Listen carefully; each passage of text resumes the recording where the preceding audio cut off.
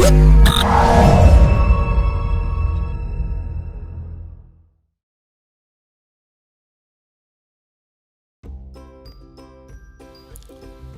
to CDU, the global online learning community and the Catholic community of inquiry.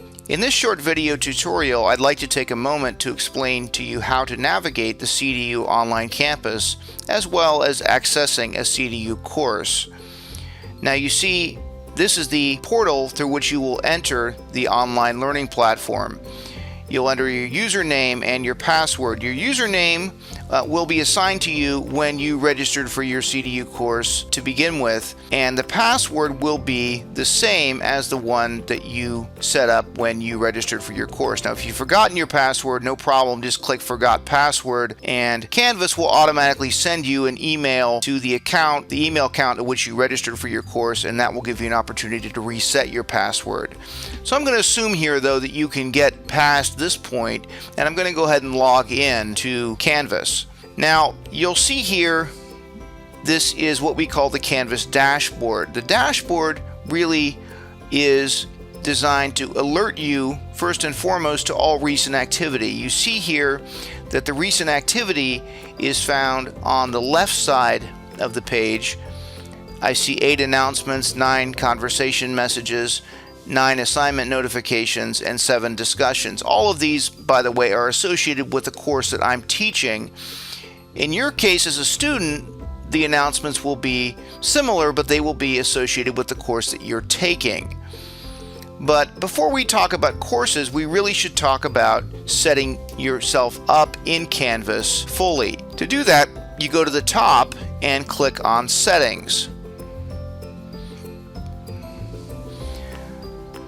Now you'll see here, these are my settings. Your settings, of course, will be your name as well as your display name. That sort of bare bones information will be imported into the learning platform.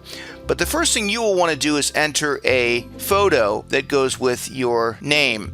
It's very important for an online course to have a photo. It really establishes your full presence in the course and enables students, fellow students, as well as faculty members to have a face that goes with the name. So please do upload a photo. Now, it's also very important that you set up good contact information. Now, over on the right side, you will see the various contact information. The primary mode of contact that Canvas uses is the email address that you provide. This will be the email address that you check most frequently. Please don't use an email that you don't check very often, because you then will have trouble receiving important messages that your professor or perhaps CDU officials might send through Canvas.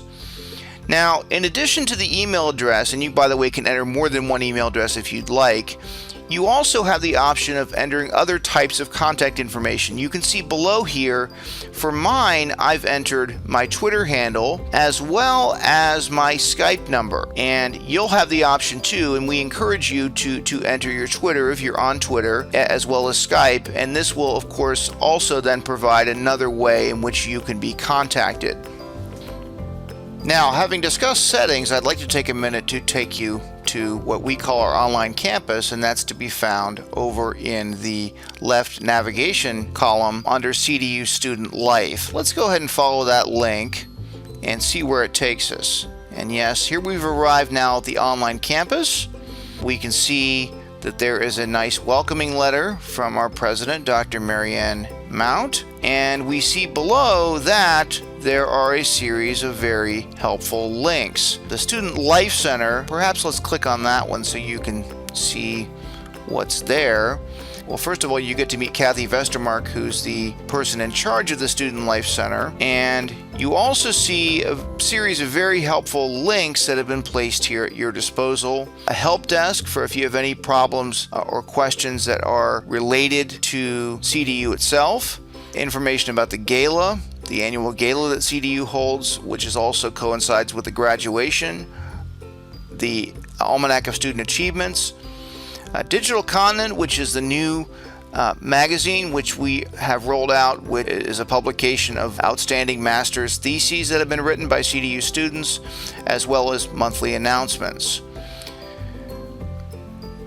And that's what we see in the Student Life Center itself. But let's go ahead and navigate back and consider the other links. The CDU Chapel, I'm not going to follow that link, but that one is important if you would like to go and post a prayer and pray in concert with your fellow students. The Resource Center is a list of various things that you may need to succeed as a CDU student. The CDU student cohort is an area where you can discuss the CDU courses and programs with your fellow students, as well as with Kathy Vestermark, the director of the Student Life Center.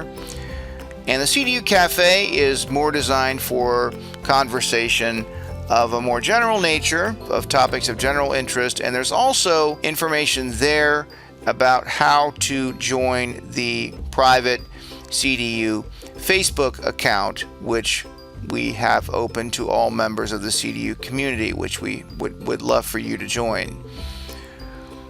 So this is, I think, a good overview of the Student Life Center. Let's now turn to the CDU Library. Again, that link is to be found over in the navigation column to the left again. This is Sister Rebecca Abel. Sister Rebecca is our librarian, and Sister has put together a large collection of resources dealing with theology, but also history, philosophy, some languages as well. So that there's a lot of information here. This is probably a place that you will be going fairly often to do research that's associated with your coursework. And speaking of courses, I would like to show you a course, but before I do that, I should alert you to the help button here. The help button is to be found at the top right corner of Canvas, right by the settings section that we looked at earlier. This is for problems with Canvas itself, that the learning platform's not working right or something is not going right. So if you first of all would like to learn more about the learning platform, I'm giving you a brief overview here of information that's mostly specific to CDU, but if you'd like to learn more about Canvas, just follow the link provided there, and you'll see that there are a lot of videos as well as guides, written guides that explain to you all the ins and outs of the learning platform. I've given you a basic overview, but there's a lot more to learn if you would like to learn. There's also various ways to report difficulties if you have them. You can do this either by sending a direct message to Canvas, you can call the support hotline, or you can do the live chat, and all of these services are available 24/7, 365, so you never need fear that you're going without help. Okay, so given that, let's go ahead and now take a look at a course. Courses you find up at the very top of your page. Now, of course, these aren't going to be your courses, these are my courses, but when you get in, you'll see your courses listed here. These are courses that I'm enrolled in as a professor. The ones you see are the ones you are enrolled in as a student. Well, let's go ahead and take a look at the one I'm teaching this semester. This is Biblical Greek. Really, it doesn't matter. It could have been any course. All of our courses have the same basic look on the landing page. So you see the course itself, the syllabus button here, which we'll look at in a minute, the introduction button, which you will use to introduce yourself, and then the various buttons associated with each week of the course. This is, of course, a 12-week course. Many courses now are only 8 weeks, though, and if that's the case, you only see 8 buttons there.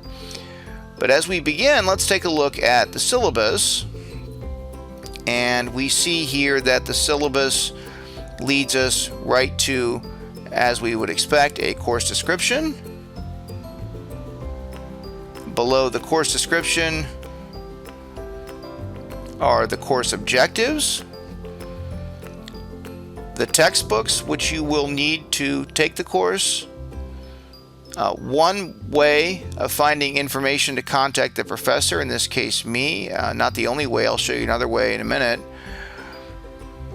information about how to study for the course, the requirements of the course, and the policies of the course, many of which are generic to all courses and are to be found in the CDU Student Handbook. Below that, we have the various dates, key dates of the course. These are markers of assignment due dates as well as final exam and midterm exam dates. Over on the right side, you'll see a calendar as well. This is really for you to use at the moment, for you to upload or to mark key dates if you'd like, or to sync it with your personal calendar if you have one through Outlook or another calendar service.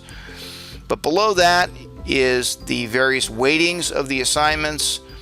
This will tell you pretty much where your grade is coming from, how the grade is figured. And that's the syllabus. If we return to the home page, below the syllabus, the next thing you want to do after reviewing the syllabus when you first start out is to click on the instructor student introductions. Here we ask for your name, your parish if you are a member of a parish, the location from which you are taking the course, as well as your occupation should you be employed while you are in your CDU studies. And you see here I've already posted my introduction here, and if we were to continue down the page we would see the introductions for the various students in the course. So once you've posted your introduction and you've had a chance to read your fellow classmates and professors' introduction, you should then return to the home page once again. And now we can look at the course content itself. And naturally, I think we'll start off with week 1. And when we click through week 1, we realize that the week 1 has come in a bundle here, which is called a module. This module is the content of all the lessons for the first week, as well as the assignments, as well as the discussion group. The discussion forum here is generally near the bottom of a module, at or near the bottom of a module. Let's go ahead and click through the discussion to see what this is. And you see here I've asked a question of the students right here, and then below this the students have answered the question. These questions and answers are really designed for us to get to know each other better, to respond to each other's ideas, above all to learn the material better. So it's very important that you participate fully in the discussion forum, and be sure to check that every day. And I want to call your attention to this button here which says subscribed. I've subscribed to this forum, so that basically means whenever there's a change in activity, Canvas will send me an email letting me know that someone has posted something on the forum. This is a good idea for you to consider subscribing to the discussion forums as well. That's another way to ensure that you can keep track of new activity on the discussion. Let's go back to the module itself. I don't have a written assignment for the first week, but perhaps I could show you a written assignment for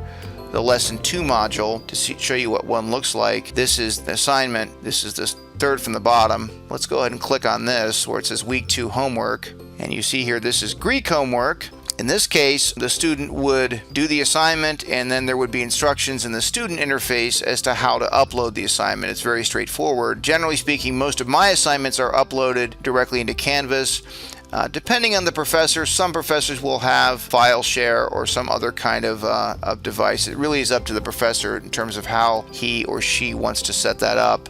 And as we go back, let's return to the week 2 module. And I'd like to show you that the midterm and the final usually are not going to be found within the specific module. Rather, they will frequently be found at the very bottom of the lesson here. Here's the midterm. When the midterm is released, it so happens it's being released this week. Click on the midterm here and take the midterm and then submit it to your professor electronically. The final exam, however, is a bit different. Before you take a final exam, there's a few steps involved. The reason for this is that CDU requires that all final exams are proctored, and CDU uses an electronic proctoring service for which you have to establish an account first. So what you do when you're ready to take your final exam is you go to the left-hand navigation column and you click where it says schedule a final exam, click where it says open a new tab, and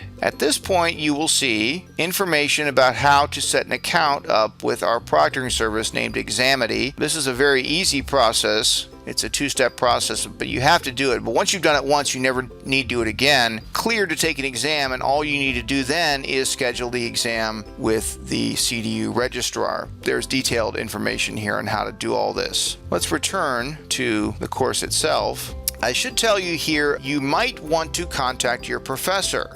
Okay, and if that's the case, that can be done. What you need to do, there's a couple ways to do it actually. The first thing you might consider is going to the top here where it says inbox. What this will do is take you to, it's effectively an email account that you get that's built right into the learning management system here, the Canvas. This will enable you to another place to receive messages. You'll also get these directly to your email contact as well. So if you want to send a message, you simply click compose a message, and then you identify here who you want the message to go to. Now, I'm not sure if students have the ability to do this. I can send a message to a whole course. But nevertheless, if you want to send a message to an individual, one way to do that is simply click on the Individuals tab here, and you'll find the person you want if you scroll down. So this is one way to send an email to your professor, or indeed anybody in the CDU community. Another way, however, to contact your professor that may even be more straightforward is to go back to the left-hand navigation column again, and this time click on People. And I'm going to have to block them out here to protect people's privacy, but you'll have to trust me in this. There's a whole row of names down here, and if you want to contact one of them, all you need to do is click on that particular person, probably your professor most likely, and you would be able to get his or her contact information that way. Well, I think that's about all that I would like to discuss in this short video. I really thank you for watching. We at the CDU community are delighted that you are studying with us, and God bless you in all your studies and all your endeavors. Thank you very much for watching.